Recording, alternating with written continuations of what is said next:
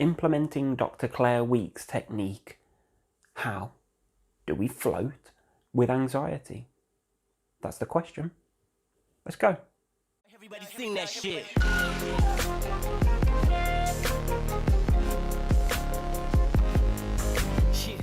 Yes, it's time for another one of those Anxiety United Questions Everything videos. Number 2 already. We're rocking and rolling. Please note, I am wearing the same t-shirt. I'm maybe recording more than one of these videos per day. So I've got them ready for you, same time, every day. That's my plan, that's what I'm thinking. If you haven't already, please do. Hit the subscribe button, wherever it freaking is, I don't know. Make sure you click the bell, then notifications are on for the next time I upload, just in case I answer one of your questions. If you do have a question, and I'm sorry for all this crap, please leave it in the comments. Get on the Facebook group, Anxiety United Support Group, or if you go to the Anxiety United page on Facebook, you'll see a link to the group, which is where there's a bit of a discussion happening. People can share questions, you can share them on Twitter, you know all this crap. So, Jay and Daniela asked a very similar question, and it was about floating. Like, what's my take on Claire Weeks' floating? I don't know if you're familiar with Claire Weeks, if you've read any of her stuff. If you haven't, you should, because it's very, very helpful. So, there's a reason that I've chose this question to be in the second video here. And it's because I was thinking about this very thing this morning on the way back from the school run. My car was gasping for some juice because it was running on empty. And I was thinking to myself while I was on the way to the garage, I was like 5 minutes away from there. And I was thinking, like, what if? There's another question for you. What if when I get into the garage to pay for my fuel, there's a big line, and then I start getting those thoughts or those feelings, or I'll get the thoughts, but can I contain the feelings, like the rapid heart rate, the irregular breathing, the dizziness sensations, the tunnel vision or the blurred vision? You know the drill. And that's what I was thinking about, like all the times in the supermarkets in the past when I've been in there and I've had that rush of panic, or the rush that's an anxiety attack, or whatever it freaking well is. So I was thinking that, and I just thought to myself, no, like maybe I'll have those thoughts and maybe I'll have those sensations, but I'm going to float with it. And that's what leads me to answering this question, my take on floating with anxiety. So I walk into the garage and I've got cash in my pocket and I've put my fuel in, and I felt a few sensations while I was doing that. But then I walk into the garage, the shop, go up to the checkout. There's one geezer in the line. I just have to stand behind him for like 30 seconds maybe.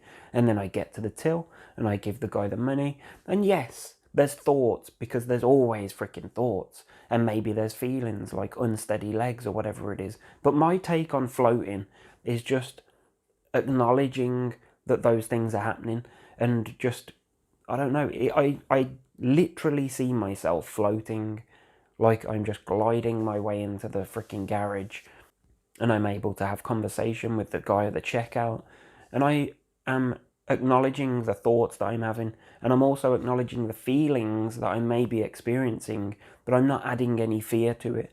I'm not questioning why it's happening. I'm not saying, what if I don't make it out of here, or any of those catastrophic thoughts that we usually bring in the midst of the onset of these symptoms and sensations that we experience in these moments.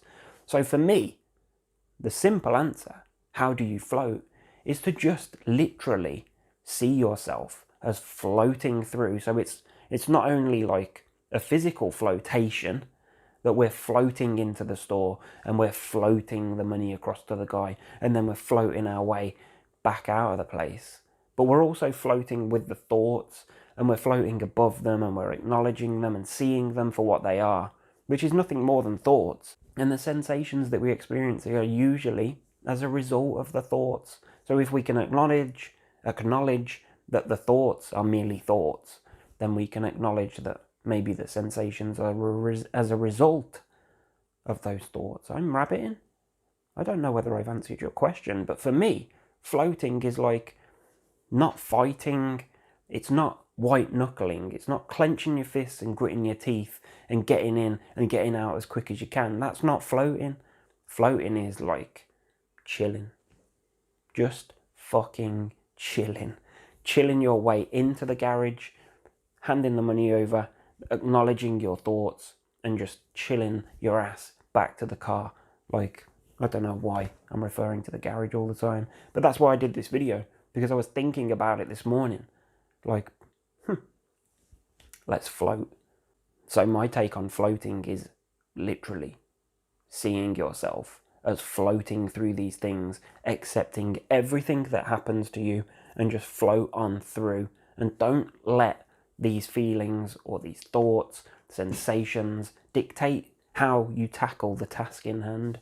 Don't let it make you tense up and grit your teeth and push on through. Just, if you notice that you're doing that, then loosen the grip and just slow the hell down, chill out, and float your ass back to the car slowly once you're done. If you haven't got a car, float back to somewhere else. But just float. That's my take.